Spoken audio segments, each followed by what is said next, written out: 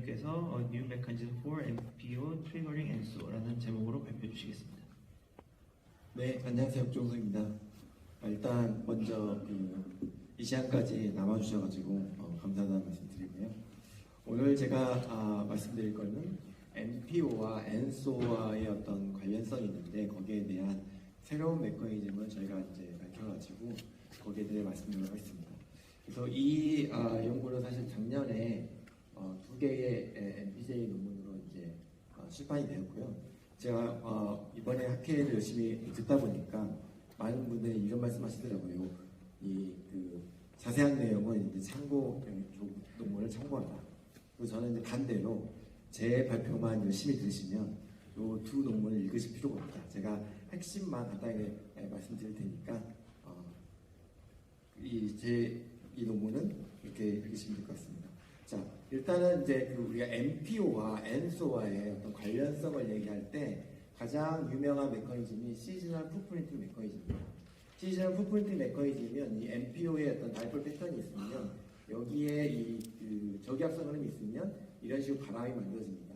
바람이 만들어지면 원래의 바람과 반대이기 때문에 윈드 스피드가 작아지기 때문에 증발이 약하게 되고 그래서 SSE 워밍이 일어나고 SSE 워밍이 일어나니까 강수가 증가해서 다시 이 순환을 강화시켜주는 이런 위스 피드백에 의해서 이게 점차적으로 남하해서 적도를 딱 터치해가지고 그래서 엘니뇨가 된다라는 것입니다.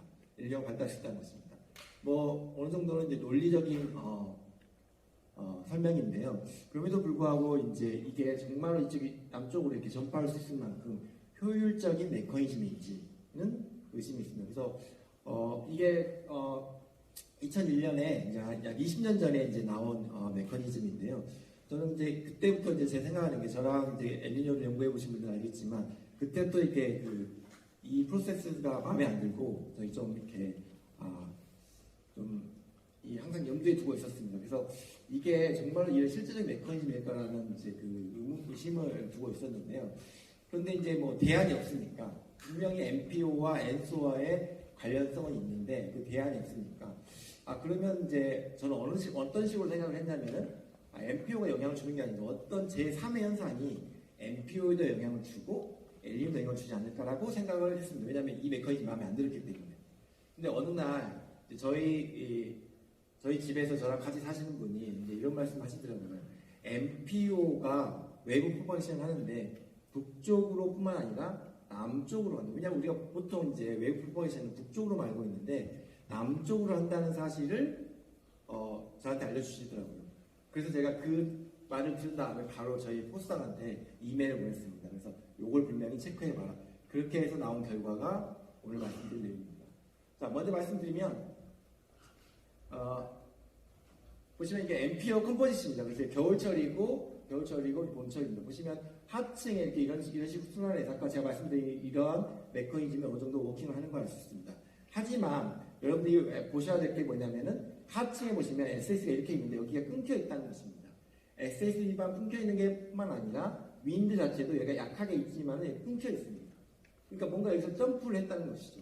그러니까 하층에 계속 천천히 내려가는 메커니즘으로는 풀리 설명하지 못한다라는 걸 알 수가 있습니다. 근데 이때까지 우리가 하층만 봤는데 상층의 패턴을 보니까 하층보다는 상층이 훨씬 더 잘 이스태블리시 되어 있는 걸 알 수가 있습니다. 특히 이 겨울철뿐만 아니라 봄철 보시면 상층이 굉장히 뚜렷하게 나타나는 걸 알 수 있습니다. 그래서 이때까지는 MPO가 중위도의 다이폴 스트럭처라고 알려져 있었지만 저희가 관측을 분석해 보니까 다이폴뿐만 아니라 트라피스까지 연결된 트리플 스트럭처를 가지고 있다는 것입니다. 그래서 힌트는 이 상층의 커넥션이 뭔가 연결을 줬을 것이다 라고 저희가 가설을 세웠습니다. 그래서 이제 웨이브 액티비티 플러스, 즉 라스 웨이브가 어떻게 전파되는지를 보기 위해서 웨이브 액티비티 플러스를 봤는데 보시면 아시겠지만 DJF 때 여기 MPO 패턴이 있는데 이 패턴이 북쪽으로 웨이브 프로파게이션을 하는 걸 볼 수가 있습니다. 근데 이와 동시에 아직까지 저희가 처음으로 발견한 건데 이 MPO에 보시면 이렇게 남쪽으로 프로파게이션을 하는 것도 있는 걸 알 수가 있습니다. 남쪽으로 프로파게이션을 하고 특히 봄철에 이렇게 프로파게이션에서 이렇게 트리플 스트럭처를 가지고 있다는 것이죠. 그럼 우리 메커니즘을 쉽게 이해할 수 있습니다. 이렇게 MPO가 이렇게 프로파게이션 하게 되면은 이런 순환을 만들어내고 열대에서는 바로 클린 스트럭처를 갖고 있기 때문에 하층에서는 반대 순환을 나타내겠죠. 반대 순환을 나타내면 웨슬리를 만들어내니까 적도의 웨슬리가 엘리뇨를 만들어낸다는 걸 알 수 있습니다. 근데 이거를 시즈널 린에서 분석을 하려고 하니까 시즈널 문이라는 건 여러 가지 프로세스들이 섞여 있기 때문에 구체적으로 어떤 프로세스가 더 중요한지를 알기 어렵죠. 그래서 저희가 데일리오 컴포즈를 봤습니다. 데일리오 앰피어 컴포즈의 상층이고 하층인데요. 보시면 하층에는 시그널이 이 앰피어의 피크 때부터 10일 전부터 15일 후까지인데요.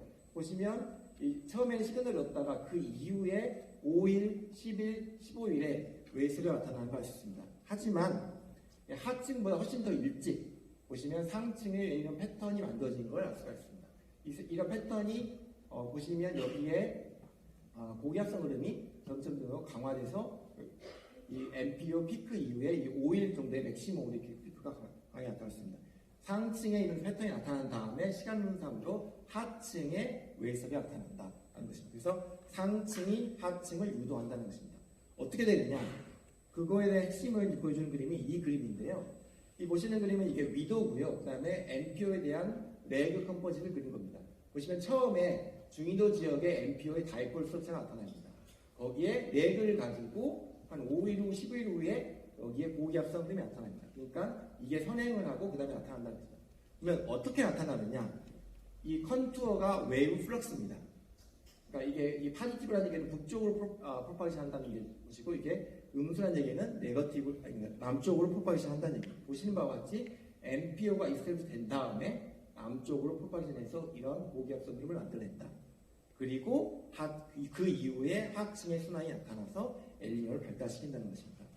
근데 관측은 샘플이 적고 굉장히 여러 가지 프로세스가 있기 때문에 복잡한데요. 그래서 이제 일단 저희가 이제 웨이브 플럭스를 이제 그려봤는데 웨이브 플럭스의 조널 성분과 메리디언 성분입니다.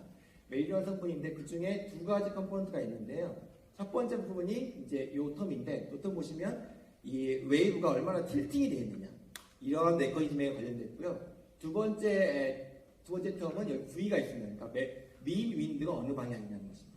이 두 컨트리뷰션 중에 어떤 게 더 강한지를 봤더니 웨이브 초반부에는 두 번째 텀 V 보시면 평균적으로 여기 V가 이제 남쪽 방향을 하거든요. 그래서 웨이브가 남쪽으로 프로파게이션 한다는 것입니다. 그리고 시간이 지난 다음에 웨이브가 스트럭처가 어느 정도 이스테블리시 된 다음에는 이 U 프라임, V 프라임 웨이브가 틸팅이 이쪽 방향으로 틸팅이 되거든요. 이쪽 방향으로 틸팅이 되면 웨이브 프로파게이션이 이쪽 남동쪽으로 만들어지게 됩니다.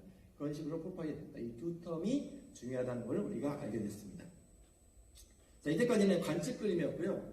그러면 이 관측의 메커니즘이 실제로 한다면 모형에서 나타나지 않을 이유가 없죠.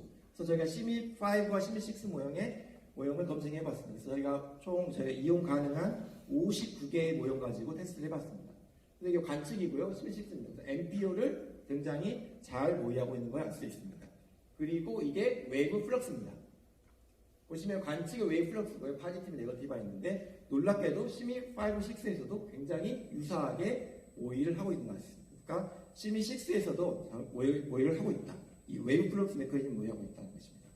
59개를 하다 보니까 그래서 저희가 하나하나 다 체크해 봤습니다. 하나하나 체크해 봤더니 59개 솔팅해 되게 됐습니다. 그래서 가장 키 포인트는 뭐냐?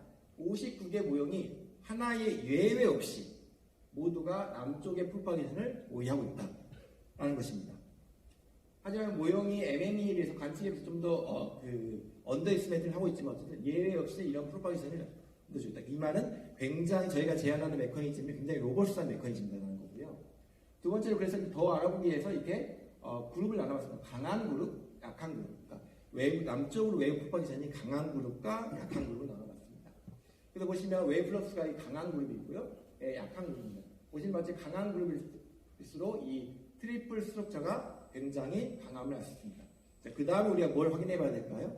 이렇게 웨이브 플럭스가 강한 모형과 약한 모형이 있으면 그 후에 1년 후에 엘니뇨가 발달할 것인지 아니면 그 다음 만년 발달할 것인지 이걸 비교해보면 될 것입니다.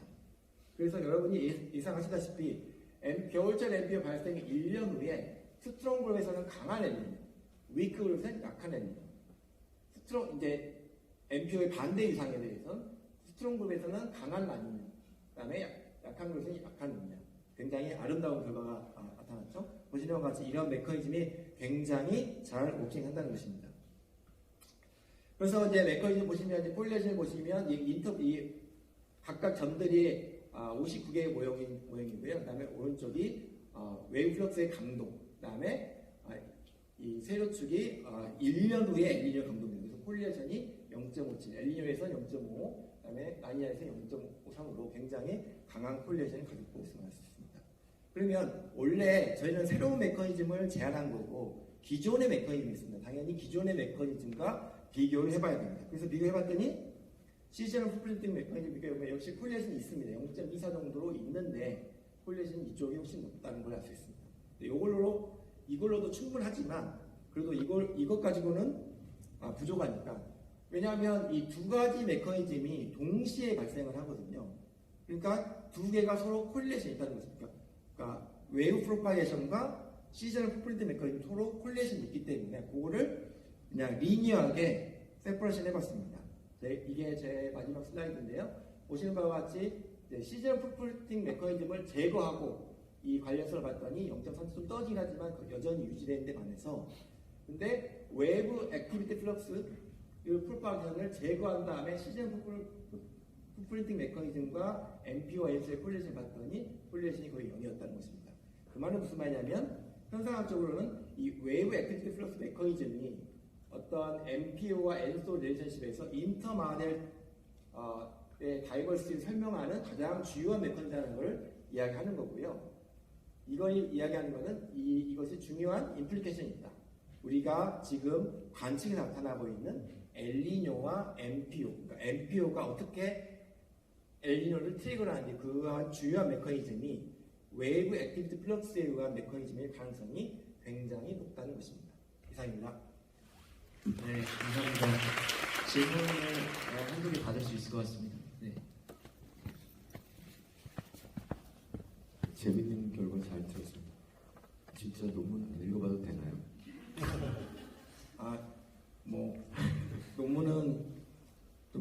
논문을 읽어보지 마시고 저한테 질문해 주시면 제가 부족한 건 내가 충실히 답변하겠습니다. MPO가 이제 모형마다 어떤 모형들이 굉장히 강하고 어떤 모형이 약하게 나타났잖아요. 첫 번째 질문은 사실은 그 모형마다 다른 이유가 혹시 무엇인지였고요. 두 번째 질문은 그 MPO가 결국은 트리거링 메커니즘일 텐데 그렇게 강한 모델들에서 그 엘니뇨의 이벤트가 더 많이 발생하는 확률적으로 많이 발생했는지 그게 제 두 번째 질문입니다. 제가 질문을 들어보니까 논문을 읽으셔야 될 것 같습니다. 저희가 그 파트 2의 후반부에 이제 디스커션을 했는데요. 왜 메리디오널 웨이브 액티비티 플럭스가 차이가 났는지 거기서 말씀드렸는데요. 왜냐하면 제가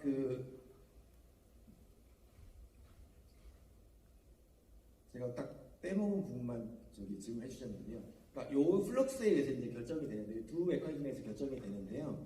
이 두 메커니즘이 결국 이 아열대 지역의 그 조널 윈드와 메리너 윈드의 그 베리스의 차이에 의해서 만들어졌거든요. 그래서 그 차이에 의해서 요거의 그 시미6나 시5의 모형의 이런 강도가 결정이 된 것으로 이제 나왔습니다. 그래서 이 베리스테이트가 모형의 다이버스를 만들고 그게 MPO와 엔소의 커플링의 강도를 만드는 걸로 저희가 분석했습니다. 네, 다른 질문 하나 정도 더 받을 수 있을 것 같습니다. 어떤 질문이죠? 확률적으로 더 많이 발생을 했는지 실제로 엘니뇨가 엘니뇨가요? 예. 왜냐하면 트리거링이 많아졌으니까 그만큼 네. 많이 발생했네요. 그건 아니었던 것 같습니다. 왜냐하면 이제 MPO가 제가 정확히 분석한 건 아니지만 MPO가 이제 엘니뇨를 트리거할 수 있는 여러 가지 메커니즘 중에 하나다 보니까 MPO의 메커니즘이 강하다 그래서 MPO가 크거나 프리퀀시가 강하거나 그러지는 않았던 것 같습니다. 좀 정밀한 분석을 해봐야 될 것 같습니다. 네, 여기 질문.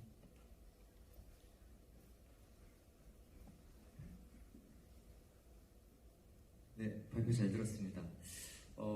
웨이브 액티비티 플럭스 어쨌든 웨이브가 남쪽으로 전파해서 그쪽에 이제 하이퍼시스템을 만들어가지고 이제 적도 근처에 이제 윈드를 변화시킨다고 말씀하셨는데 약간 살짝 위쪽으로 돼 있는 것 같아서 뭐 예를 들어서 이제 바로 열대 지역의 윈드 변화를 바로 유도한다기보다는 트레이드 윈드 차징 메커니즘이나 뭐 시즈널 포프레이팅 메커니즘 말고도 저희가 이제 NPO가 발생하면 엘니뇨로 가는 기작이 또 몇 가지 더 있을 텐데 그런 그 윈드 차징 프로세스에 의해서 발달하는 이제 엘니뇨가 아닌가 뭐 그런 쪽에서 어떻게 생각하십니까? 그 윈드 차징 메커니즘이 있을 수는 있는데 제 개인적인 생각은 비효율적이라고 생각하고요. 일단 상층에 이제 윈드 패턴이 만들어지면 이제 열대 발크림 스터치를 만들 뿐만 아니라 그 거기에 이제 이설리 시어를 만들거든요. 이설리 시어가 만들게 되면은 이설리 시어에 대한 웨슬 유니버스가 자주 발생할 수 있는 환경을 만들어줘가지고 그래서 적도의 윈드를 바로 터치를 시켜가지고 만들어내는 게 저는 더 중요하다고 생각하고 있습니다. 네, 감사합니다. 네, 그러면 다음 발표로 넘어가겠습니다. 네, 감사합니다. 감사합니다.